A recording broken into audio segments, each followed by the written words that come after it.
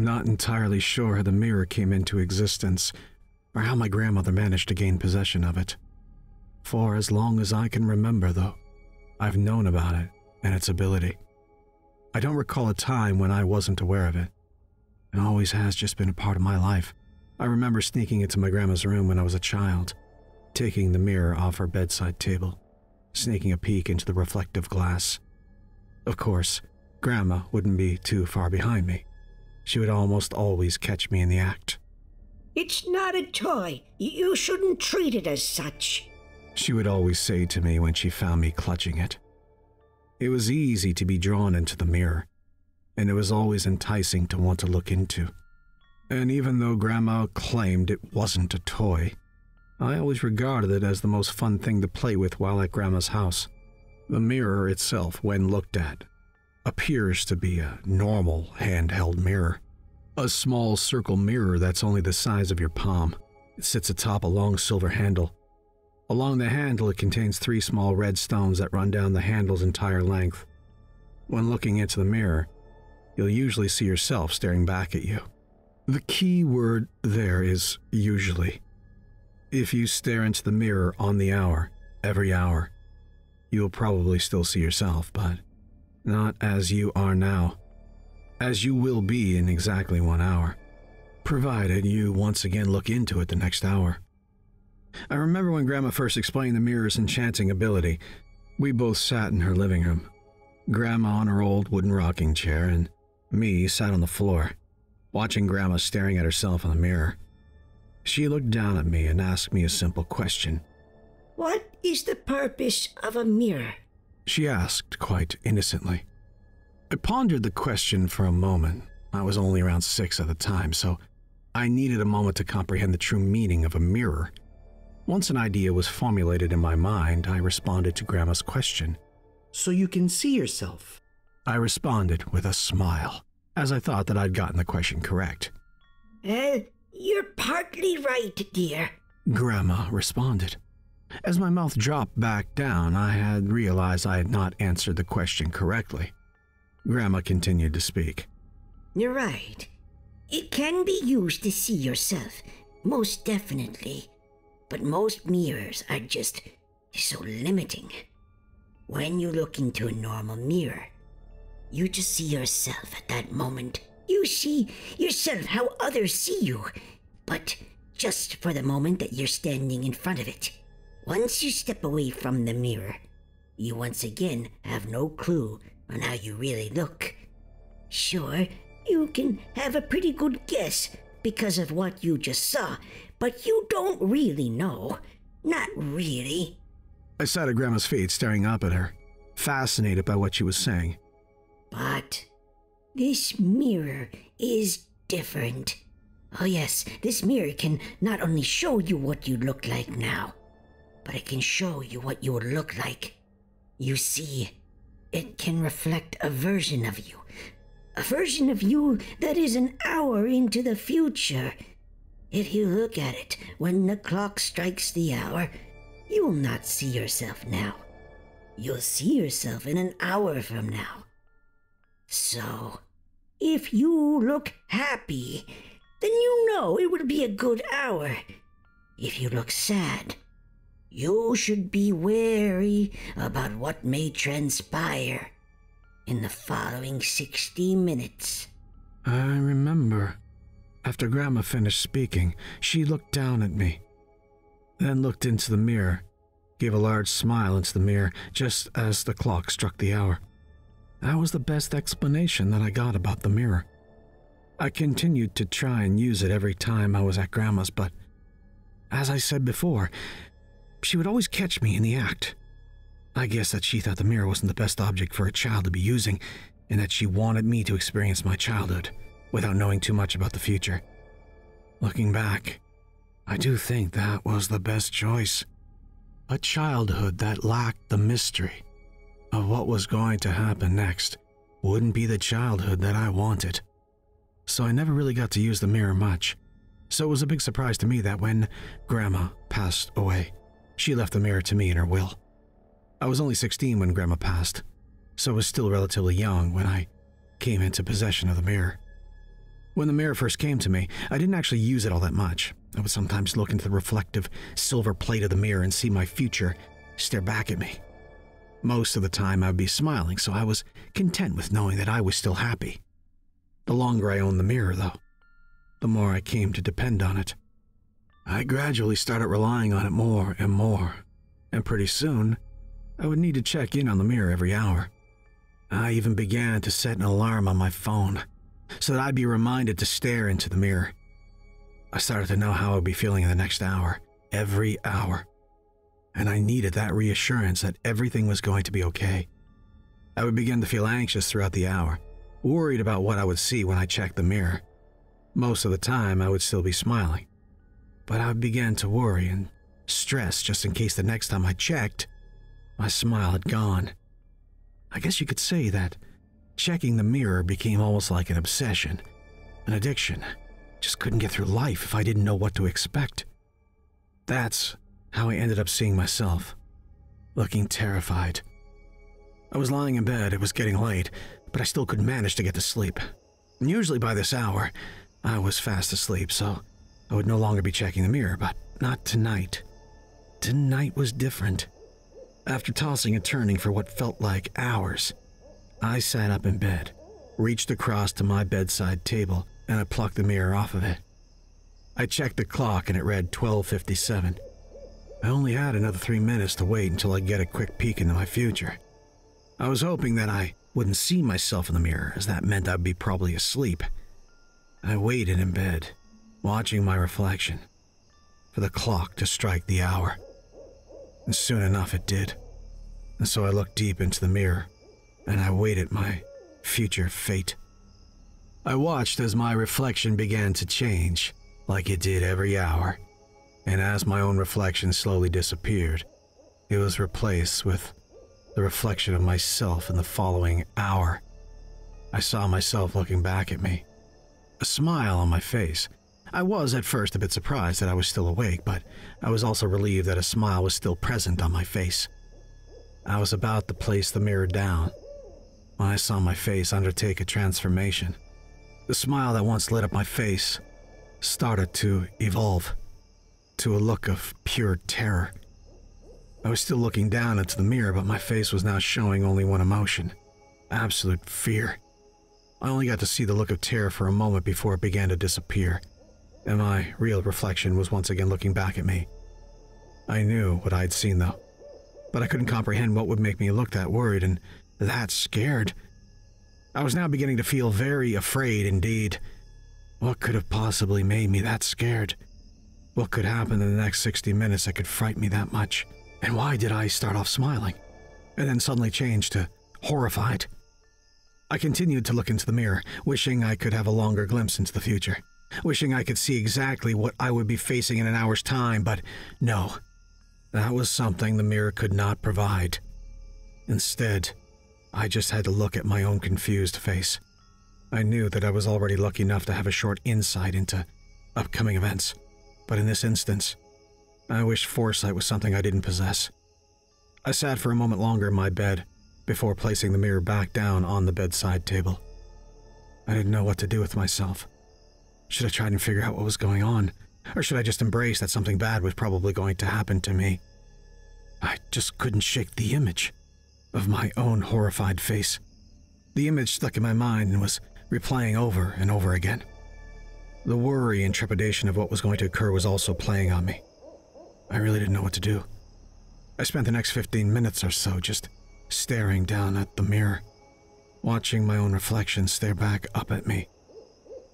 I think I tried to not think about what I had seen too much, but how could I forget about it?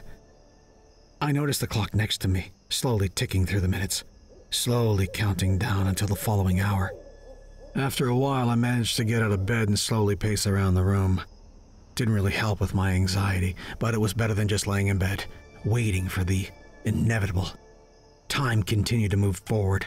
There was no stopping it, even if I really wanted to. A part of me wanted time to stop, so I didn't have to confront my terror. But another part of me wanted time to go quicker. The dread was beginning to build, and I just wanted to find out what it was that had me scared so much. After pacing around the room for what felt like an hour or two, I once again returned to my bed and tried my best to think about other things and try to convince myself that the mirror was wrong. It had never been wrong before, but maybe this time it was. Deep down, I knew that the mirror was correct, but by lying to myself about it, it did make me feel slightly less anxious. Time had passed, and when I checked the clock again, I saw that it was now 1:58, only 2 minutes before my next peek into the future, and only 2 minutes before my fate was revealed. The 2 minutes passed by slowly, my heart rate increasing with each passing second. Sweat was beginning to build up along my forehead, just below my hairline, and I could feel my heart rate back down to a normal level. But no matter what breathing technique I used, I could still feel both my heart rate and breathing rate steadily rising. It was now only 1 minute before it would strike the hour, and I stretched my arm out to reach towards the bedside table, towards the mirror. I gripped my hand around its cold metal handle, raised it upwards. I brought it towards my face and looked into it just as my reflection was beginning to change from myself to the me of the future. I was relieved that nothing had happened in the previous hour, and I was still a bit unsure as to why I looked so afraid. I began to smile. I could feel the fear beginning to leave my body, and a sense of relief was starting to fill me. I beamed towards the mirror and thought that maybe the mirror had been wrong. That's when the reflection of my future self had finished forming on the mirror's flat surface. I could now see what the next hour would entail. I could see myself, still looking terrified, looking upwards, towards my bedroom door. I could see the sweat that covered my entire face, and I could see the large, deep breaths that I was taking.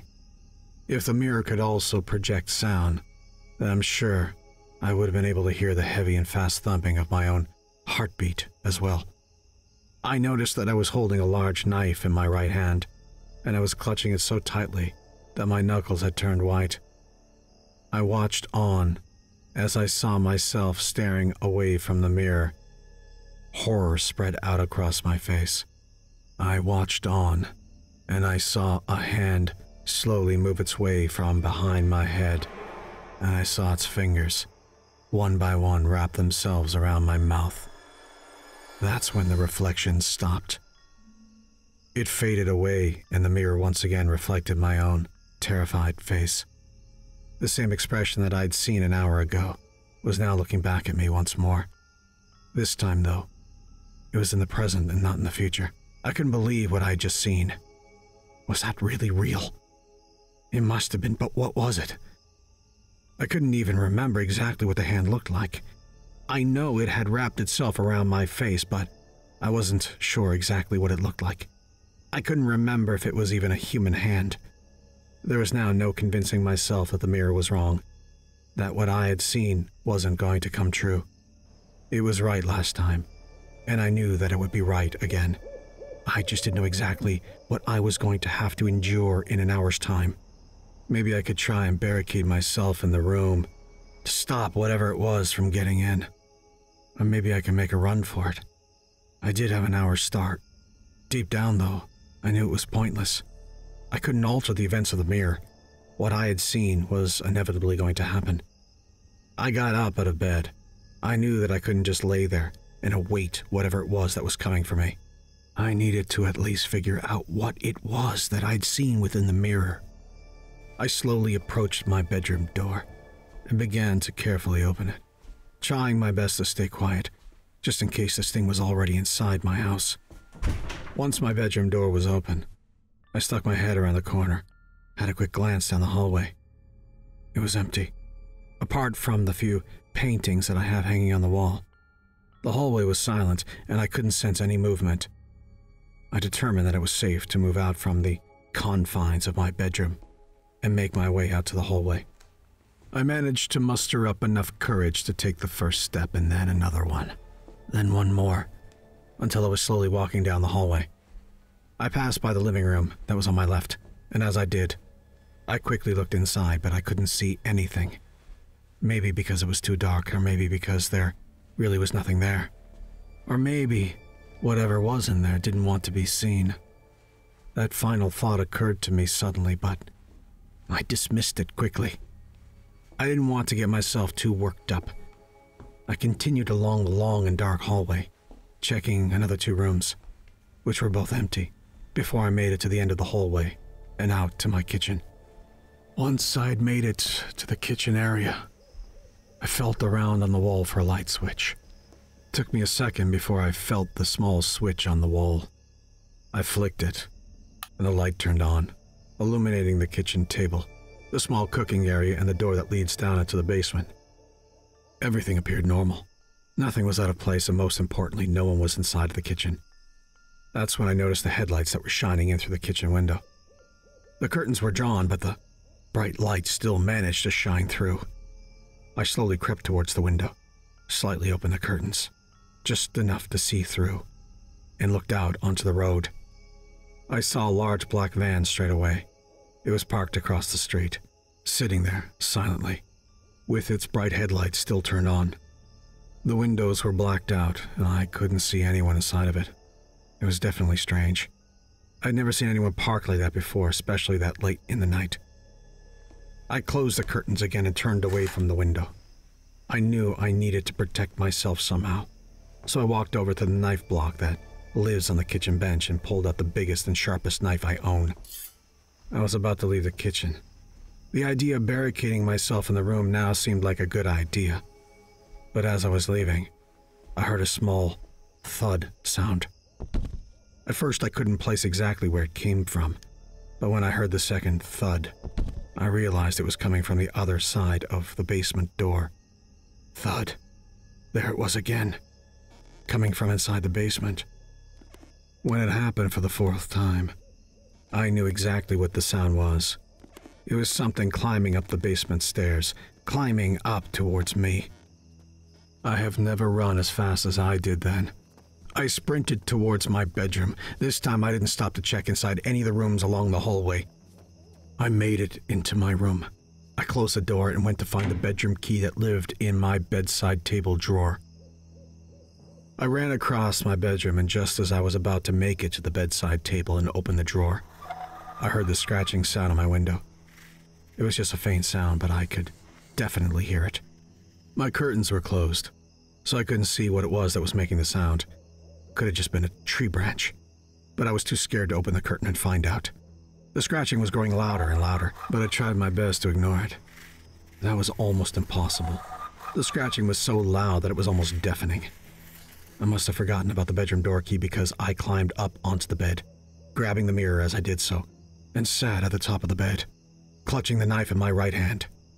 I didn't even notice that the scratching had stopped. I was too afraid to move or do anything other than sit on my bed with the knife drawn. My heart raced and the hairs all over my body were standing upright. Panic was rushing through my body. I felt nothing but fear. I slowly turned my head to look at the clock. I knew that it must almost be the new hour. Time to find out what was going to happen to me. The clock read 2:59, just as I saw that I only had a minute before I would have to face my fear. I heard a noise. It was the sound of my bedroom door handle turning, and that's when I realized I had forgotten to lock it. I watched as the handle began to turn, and I saw the bedroom door start to open.